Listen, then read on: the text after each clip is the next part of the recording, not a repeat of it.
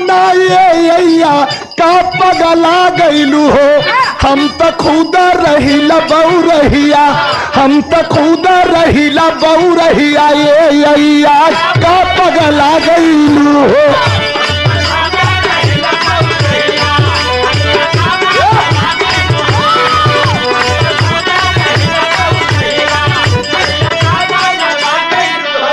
अरे हम का पगला नहीं रे, का जाओ ने पत्थरा के काटे पत्थर काटा हुआ।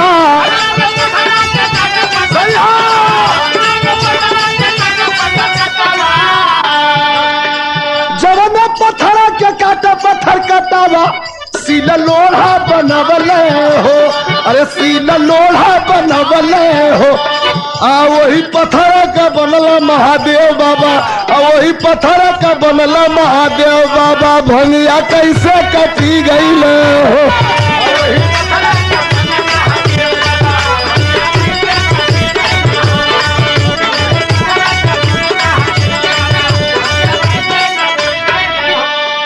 कान बिना मतलब का आवाज देलू।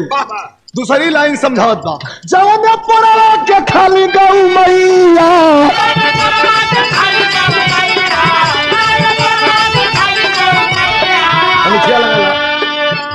कि जवन पड़वा के खाली गऊ मैया।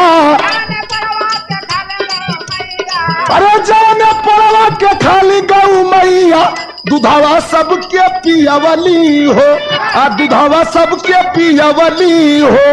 वही पोरावा का बनला गणेश बाबा, वही पोरावा का बनला गणेश बाबा। दुधावा कैसे कपी गई ना।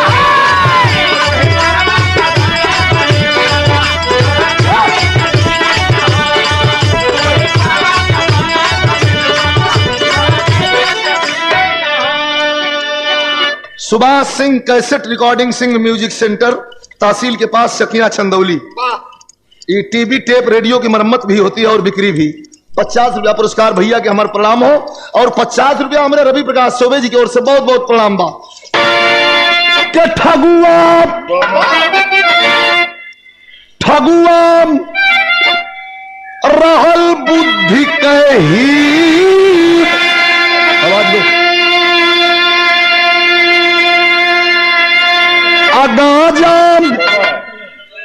गाजम पियले के सौखी,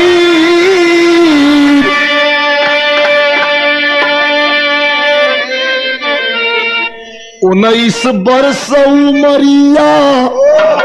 19 बरस उमरिया, पढ़ता कक्षा 4।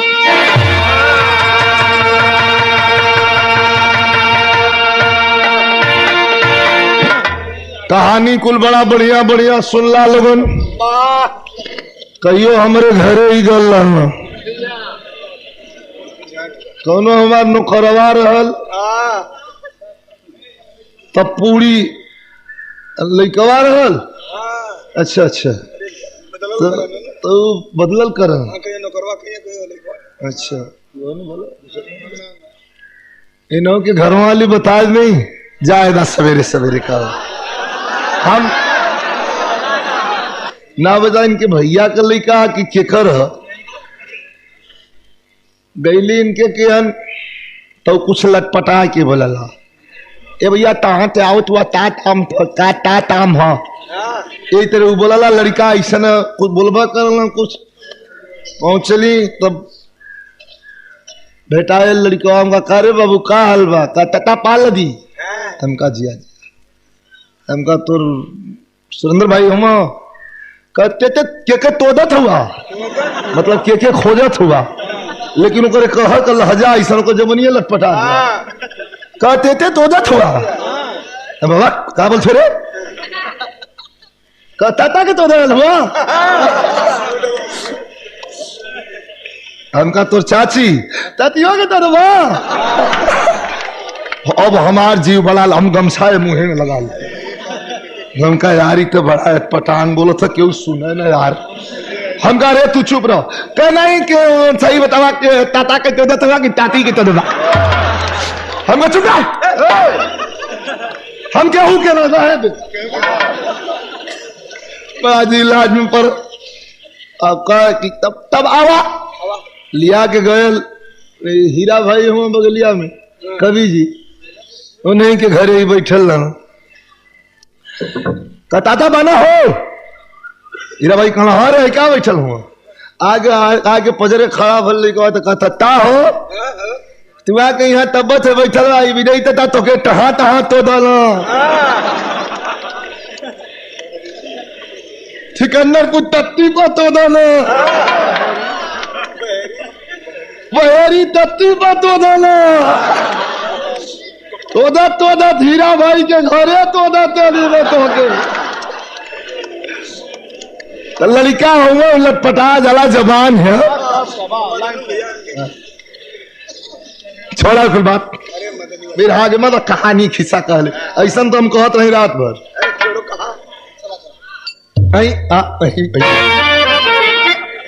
का खबरदार 19 वर्ष का उम्र है मारे दुलार में जब लड़का ना जियाला तो ये घुरहू को तवारी ठगुआ फेंकना ना धराला अकेला लड़का है बड़ा दुलार कहल है दूध घी चाप के खा था शरीर बहुत गई बियाह ना भले लेकिन बुद्धि का बहुत कमजोर है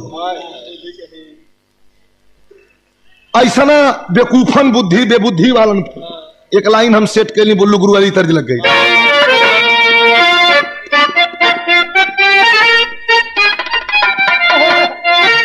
बुल्लू गुरु गाँव कि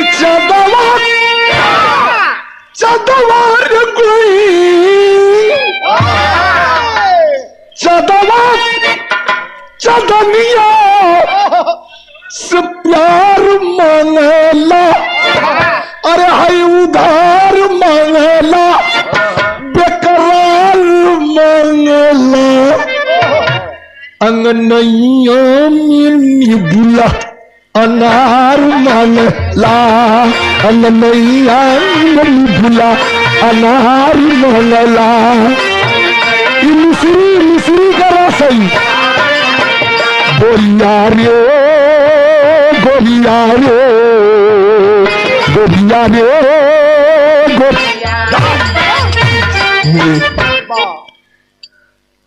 बुद्धि वालन पर लिखल गई कि केतनो कुतियन क्या गहना पहनाई जाई ना खूब सजाई जाई ना खूब बनाई जाई ना तले के गढ़ही में बुजरी पराई जाई ना लेके गढ़ही में गहना पराई जाई ना लेके गढ़ही में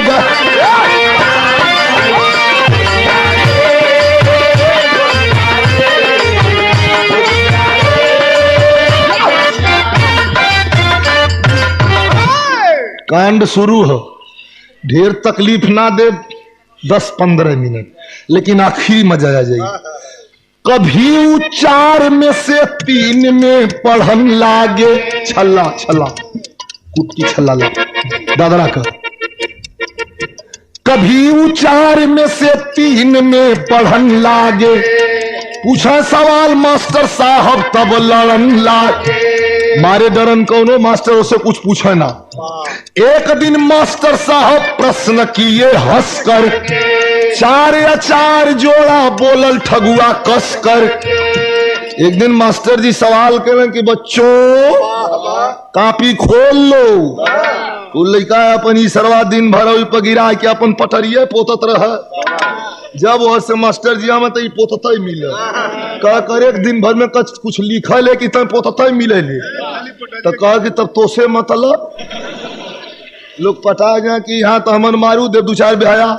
डहरिया में पाई तो पटक के सवारी भर दे करेर मुसडंडा बटलो बा 4 पास करे तो 3 में बैठे 3 पास करे तो 2 में से 1 में प्राइमरी में पास एक दिन मास्टर साहब प्रश्न किए हंस करके 4 या 4 जोड़ा बोला ठगुआ कस कर 4-4 कितना होई के बताई हाथ उठाओ बच्चों फूल लड़का में हेता में सम्मा पड़वा बैठल बा दोनों हाथ उठौलस जी हम खड़ा हो बोल कलश की चार हम ना जानी अचार के खाए चार और हम ना जानी ला घरे बाऊ अचार देनो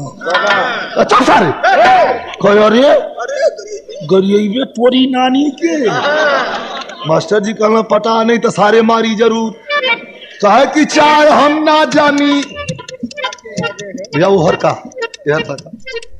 चार हम ना जानी अचार के खायल जा कहे मास्टर जी एक बुद्धि में लगल कहे मुंशी जी चार चार जब जोड़ल जाए बेवकूफ गधा न लायक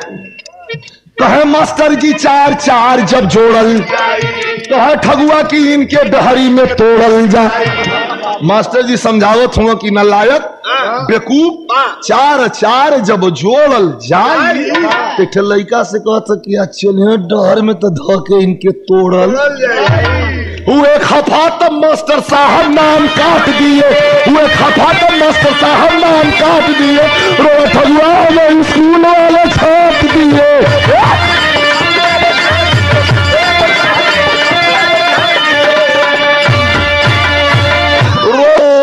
रोलस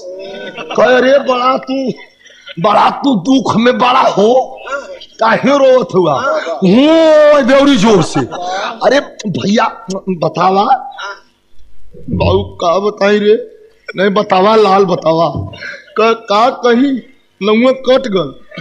बाबू कहना कबेर भयल कटत कई 19 बेर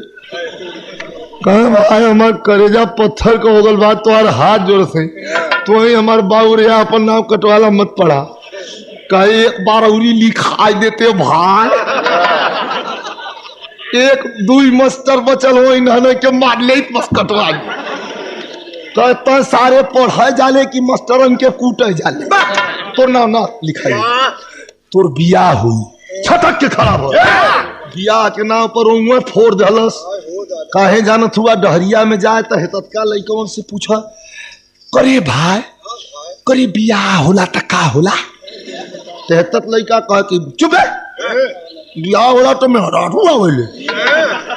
तो कहता अब मेहरारू आवेले त का होला त चुप है इठुरा न कह मेहरारू आवेले त काटले कथा तो न हमार बियाह हुई न मेहरारू आई आ न हमके ये अपन गणित सेट कैले है ओकरे उतना ओकर ट्रांसफार्मर काम करत है जल्ला बाबू कहना जब बियाह करना लगा पटरी पटक के फाड़ दलस लम्बे खराब है कह तो हाथ जोड़ थे नाम मत लिखा बाकी हम फांसी पर मत चढ़ाओ बाबू कहना सुना बेटा वंश बरखा कैसे चली कहे बरखा असार में न होई के फगुनवा में करवैबे बाबू कहीं सरवा जम का दिया देखले है कहा कौन बतिया न समझा था सुने बाबू समझाओ तुम बिरहा में तर्ज लगे बड़ी हचक के समझ चली अरे गवने की रात दुखदाई अरे गवने की रात हमारी माई हो अरे पिया ही लहू ना चला गवने की रात दुखदाई अरे पिया ही लहू ना दे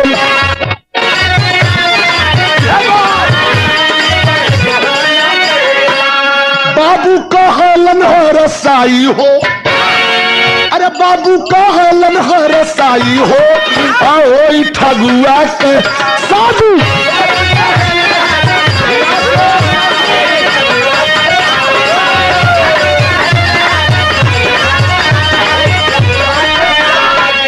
ठगुआ का बाबू एक साथी बोलाए एक थे बिरादर चढ़ौता बताए ना देहात में कहा जाला कि फलनवा पे भैया बिरादर चढ़ौता बियाह हो जाए आई सरवा दलनिये में से सुनत रह कनका चढ़ावे कहत हूँ निकलल हाथ जोड़ ले जब वो आदमी चल गल कह अच्छा चढ़ाए देला जल्दी घबरा मत हाथ जोड़ ले निकलल कहलस कि मैं हरिया नहीं चाहिए बाबूजी कहला का भले कह रे चुप रहो भाई कैसन न चाहिए कहा कि सारा चढ़ जाई हो तो टूट जाई पजरिया रे पजरिया रे पजरिया कि इसी तरह तैयार भयल तब से हरा याद सुहाला हो, या बैठ के डोली में ब्याहन ससुरार में ठगुआ जाला हो। खेल के गोजी के बरियाई लाठी के जोरे से हो डोली में के पहिरा के बैठा दे। गांजा का आदि हो, गांजा पौले ना हो, रास्ते में रोक के डोली बुढ़वा कहार जब रगड़े लगे मुड़ी निकलता है गांजा तारे बुढ़वा कहार का चुप सारी अपने बाबू से मंगले गांजा कोरी बाबू को नाम लीबी ये की ना बुढ़वा कहना मन निकल के तान के चीलम छोड़ के धय ललस तान के बुढ़वा के दुबेर पड़क दला तीन का हार चले भाग दोब के बहुत यहाँ पकड़त हो का भल रे भैया सरवा पटकत है जान ले ले बिहार जात कि हमन के जौन बात बिहार जात कि हमन के बलि चढ़ावा जाता सारा पी के गांजा हो जा जब ठीक बल तब बुढ़वा कहाँ से कल करे दादा तो के मरलिए घाव लगल का कहना ही घाव कहाँ लगल है छिनरो वाले कहाँ घाव लगल कहा यार तब डोलिया में कहीं बैठ तब हम धोई बाबू कर घूरा तलना कहना करे सारे तो दुल्हा हो गए बैठ जब दुआरे पर बारात आके लगल बाजा अपन बजत बा परिछन वाला तू तू तुड़ू तुड़ू ये अपन बजत बा और धई पक अब मेहरारू मार शुरू के ले भाई के करी बसिया अरे कवन दुलरू बियाहन छुट गई ना खोई छा टकी गई ना लेरुआ छटकी गई ना ले अरे खू हसना दम गीतियों में घरी कंपोजिशन चलत है। गोरखपुर में हमारे बिरहा रहल कुल मेहरारू मार अपने मन गावत बानी जौन अल्ताफ राजा गौले रहल ओके सो कुल अपने दिमाग से कंपोज कैले रहल। अल्ताफ राजा गौले कि तुम तो ठहरे परदेसी साथ क्या निभाओगे मेहरारू कुलो जई शुरू करी अरे तुम तो ठहरे परदेसी साथ तुम तो अरे तुम तो ठहरे परदेसी साथ क्या निभाओगे सुबह वाली गाड़ी से तो चले जाओगे। मेहरारू गीत शुरू कैले यही में भड़क के दुई बेर मऊर और गिरा ले अरे ककावा का भले दवर रे गीत लग गई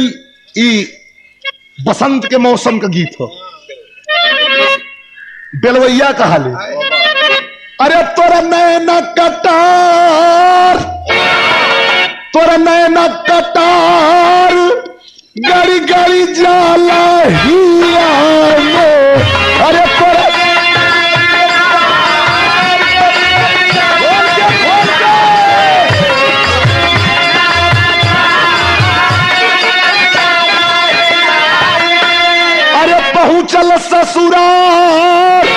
पहुंचल ससुरार भला गाँव सखिया सब गारी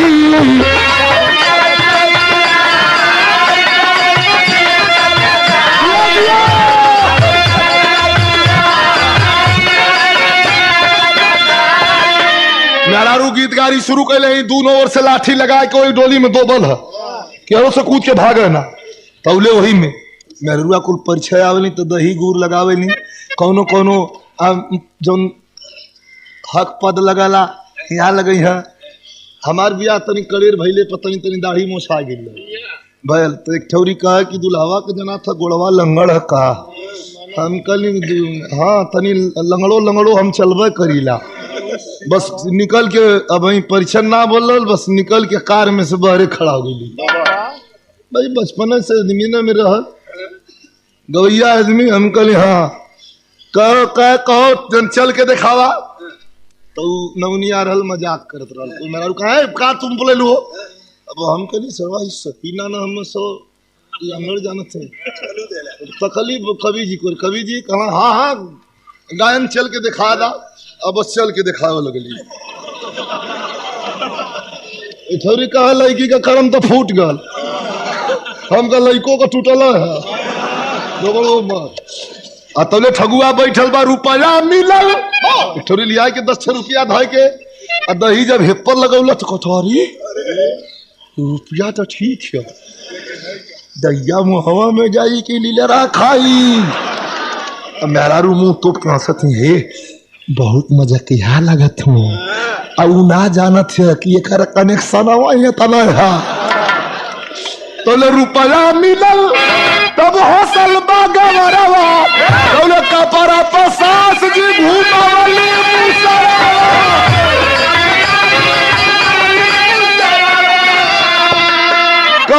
खिया निसार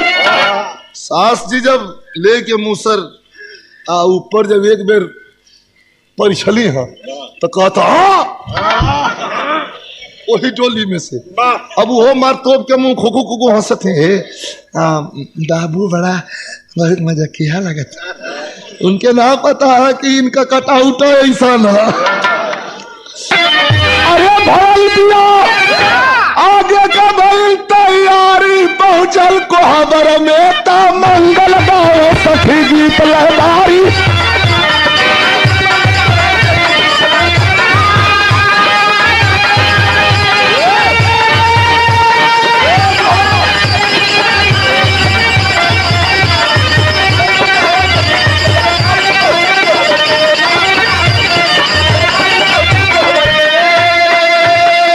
तो जेकर बियाह भलो ते जानत होई तो ससुराल में मेहरारू बड़ा मजाक करेली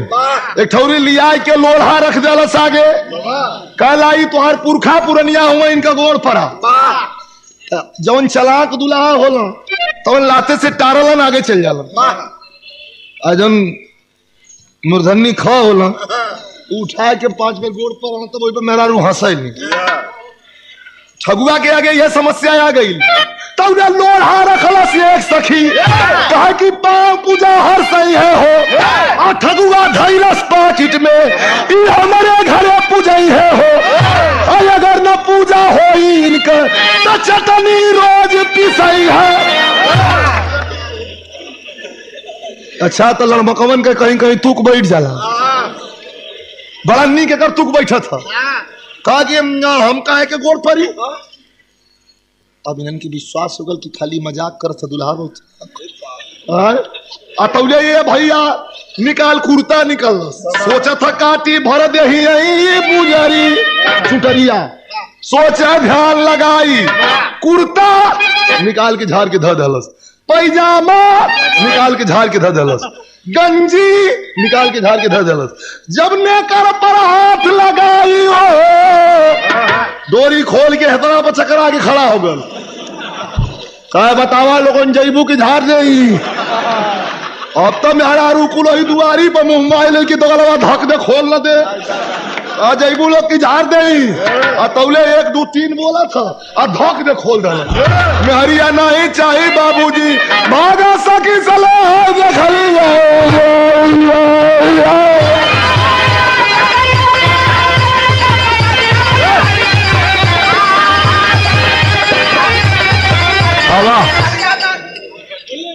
चले भाग तनी सर बस 2 मिनट आऊ